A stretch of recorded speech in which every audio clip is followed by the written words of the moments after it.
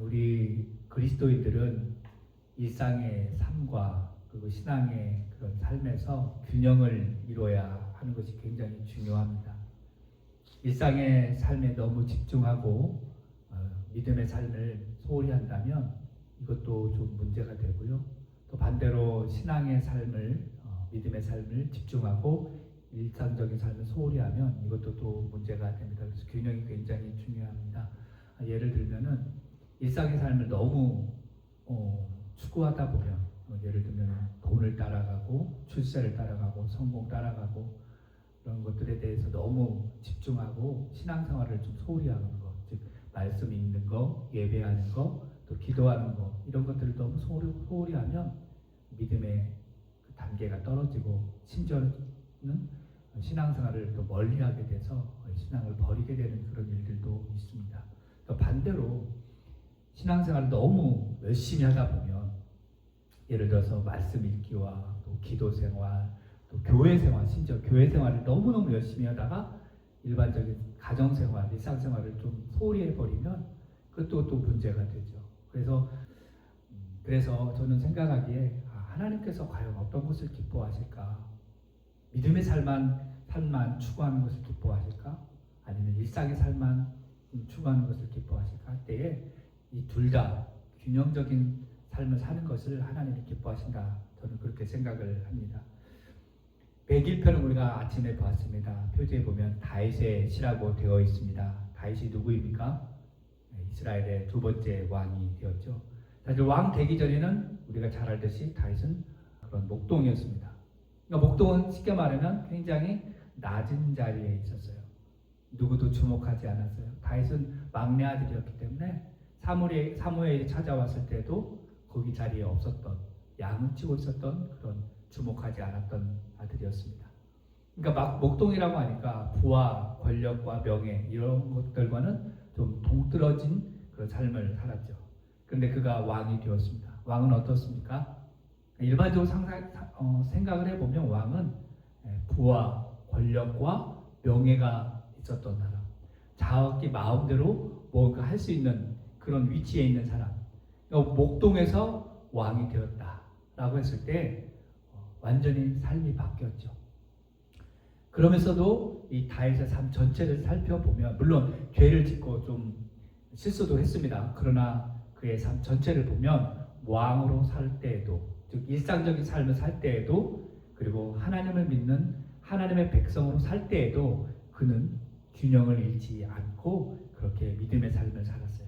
그래서 그렇게 균형 잃지 않고 살았기 때문에 성경에서는 특별히 이스라엘 왕들을 평가할 때 다윗이 기준이 되었습니다. 그래서 성경을 보면 다윗의 길로 행했느냐, 다윗의 길로 가지 않았느냐로 기준이 될 정도로 그렇게 균형 잡힌 하나님이 기뻐하시는 그런 모범의 왕으로 이렇게 평가하고 있다라는 거죠.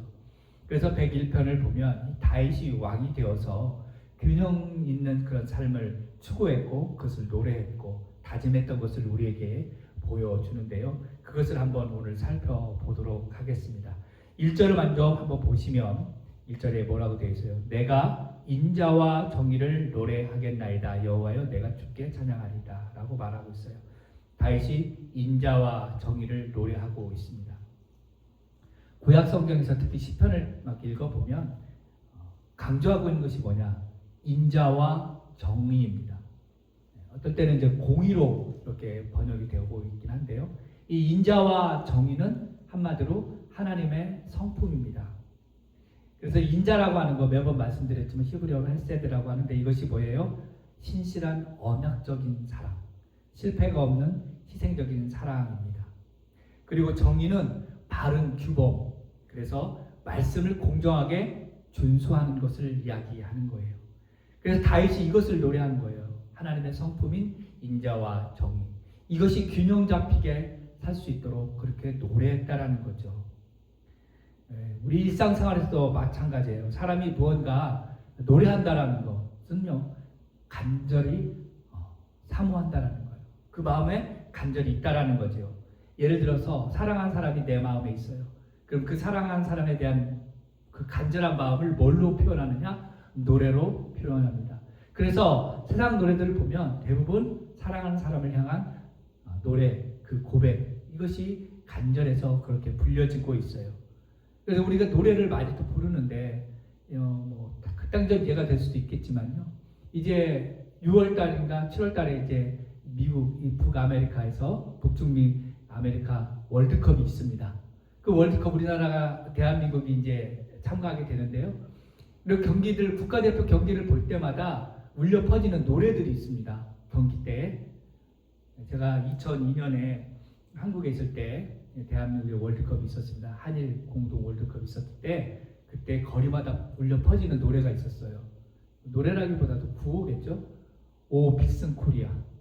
경기 때마다 전 국민이 다 환호하며 그 노래를 불렀어요. 왜 이 노래를 불렀을까요? 대한민국 국가대표가 그 경기에서 이기기를 바라는 응원가였습니다. 아마 올해도 동일하게 오 픽슨 코리아가 불려질 것 같은데요. 이게 뭐냐? 승리의 간절함, 승리에 대한 갈급함이 우리 마음 가운데 있기 때문에 이 노래를 부를 것이고 이 구호를 외친다라는 거죠. 그래서 다윗이 이런 마음 가지고 그가 무엇을 노래했느냐? 인자와 정의를 노래했다는 거예요. 보통 그 답이 나온 것이 여호와께 내가 주께 찬양하겠다라고 그랬잖아요.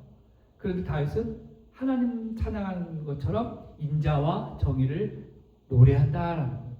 이것은 뭐냐면 그만큼 다윗의 마음속에 하나님의 인자와 정의가 균형 있게 이루어지기를 간절히 바라면서 이렇게 노래하고 있었다라는 거예요. 그래서 우리도 하나님의 성품인 그 인자와 정의를 균형 있게 우리 삶 가운데서 이루며 그것을 간절히 바라며 노래해야 된다라는 거예요. 그래서 우리 마음 가운데 인자가 없으면, 그리스도인으로서 인자가 없으면 뭐예요? 이기적인 삶을 살기가 쉽습니다.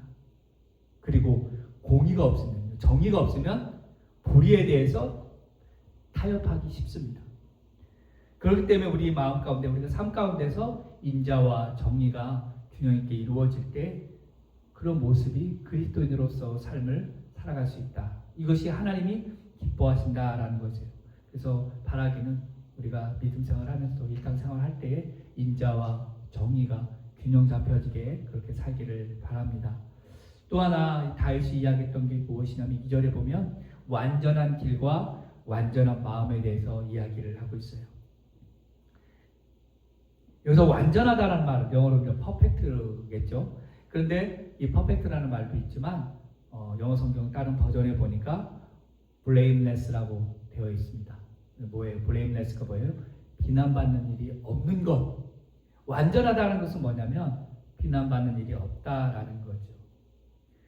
물론 다윗의 삶 전체를 보면 blameless를 했어요. 그죠? 우리아의 아내 밧세바를 범하였고 우리아를 살인할 수 있도록 그렇게 지시했던 그런 점. 비난받아 마땅합니다.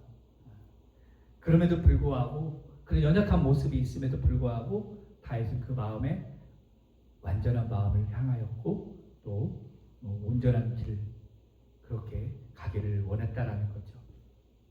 그래서 그 마음 중심이 항상 중요했다는 그런 비난받은 일도 하였지만 그럼에도 불구하고 무너지지 않고 퍼펙트한 삶, 완전한 삶, blameless라고 하는 그 삶을 추구했다라는 거예요.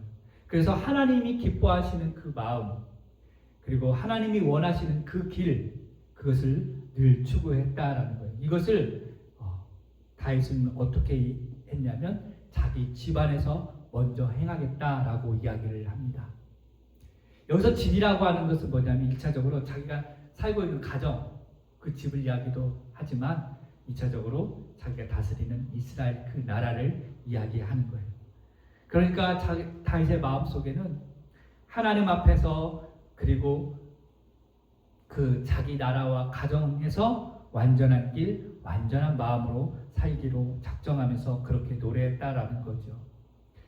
마찬가지로 우리가 하나님 앞에서 완전한 길로 가야 되고요.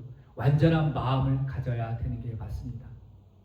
특별히 하나님 앞에만 완전하고 완전한 길로 가는 것이 아니라 사람들에게도 비난받지 않는 그 길을 가야 되겠죠. 그래서 옳은 길, 정의의 길, 인자한 길을 갈 때에 우리가 완전한 마음, 완전한 길로 갈 수 있는 거예요. 이것이 우리 스스로 할 수 있는 것이 아니라 하나님의 은혜로만 가능하다라는 거죠. 그래서 하나님의 은혜를 구하면서 하나님 나에게 완전한 마음과 완전한 길을 갈 수 있도록 나를 이끄시고 보호하여 주옵소서. 그런 기도, 그런 균형 있는 삶, 이것을 살아야 되는 거예요. 또한 다윗이 이제 3절에서 8절 말씀을 쭉 보면 무슨 얘기를 하고 있느냐면 한마디로 죄악을 떠난 삶을 이야기하고 있어요. 다윗이 인자와 정의를 노래하면서 구체적으로 이것을 이루기 위해서 죄악을 멀리 하겠다라고 작정하고 그렇게 노력을 합니다. 성경을 보면 이 죄악을 떠나는 삶이 어떤 것인가 여러 가지로 이야기하고 있어요. 비천한 것, 그리고 배교자들의 행위, 사악한 마음, 악한 일, 은근히 헐뜯는 것, 눈이 높고 마음이 교만한 자, 거짓을 행하는 자, 거짓말하는 자, 악을 행하는 자, 이런 것들에 대해서 멀리하고 떠나겠다라고 그것들을 끝내겠다라고 작정하며 이야기를 하는 거예요. 다윗이 말한 이런 그 악한 그 죄악의 삶을 떠나는 것 중에서 특별히 우리가 가장 쉽게 범할 수 있는 것 중에 대표적인 한 게 하나가 뭐냐면 5절에 있는 말씀이에요. 거기에 보면 뭐라고 되냐면 자기 이웃을 은근히 헐뜯는 자, 이렇게 되어 있어요. 자기 이웃을 은근히 헐뜯는다. 이게 뭐예요? 우리가 살아가면서 다른 사람의 잘못을 비난하고 욕하고 깎아내리는 거예요. 우리 표현으로 한다면 한마디로 말해서 뒷담화 한다라고 하는 거죠. 다른 사람을 뒷담화하는 거예요. 사실 이 뒷담화를 하는 게 왜 이 뒷담화를 하냐면 내 잘못과 내 실수를 덮고 다른 사람을 깎으려고, 그러니까 자기를 감추려고, 자기를 그래서 또 오히려 의로움을 드러내려고, 나는 그렇게 하지 않는데 저 사람은 그렇게 해라고 하는 그런 이야기를 하는 거예요. 그러니까 자기의 실수나 이런 것들을 감추려고 다른 사람을 이렇게 드러내고 잘못을 헐뜯는다라는 거죠. 이런 것을 오늘 다윗은 뭐라고 하냐면 멸하겠다라고, 이 뒷담화하는 사람들을 자기가 멸하겠다라고 이야기를 하는 거예요. 그래서 멸하겠다라고 하는 말을 이렇게 찾아보면 끊어버리겠다, 그래서 cut off라고 이야기를 해요. 또 다른 말로 다른 사람의 입을 침묵시키겠다라고 이야기를 합니다. 그래서 영어로 이제 put silence, 침묵으로 놓아버리겠다, 이렇게 이야기를 하는 거예요. 그러니까 굉장히 사실 우리 일상에서 쉽게 할 수 있는 것을 끊어버려야 된다라고 이야기를 하는 거예요. 그러니까 의지적인 그런 마음이 없으면 이것도 쉽지 않죠.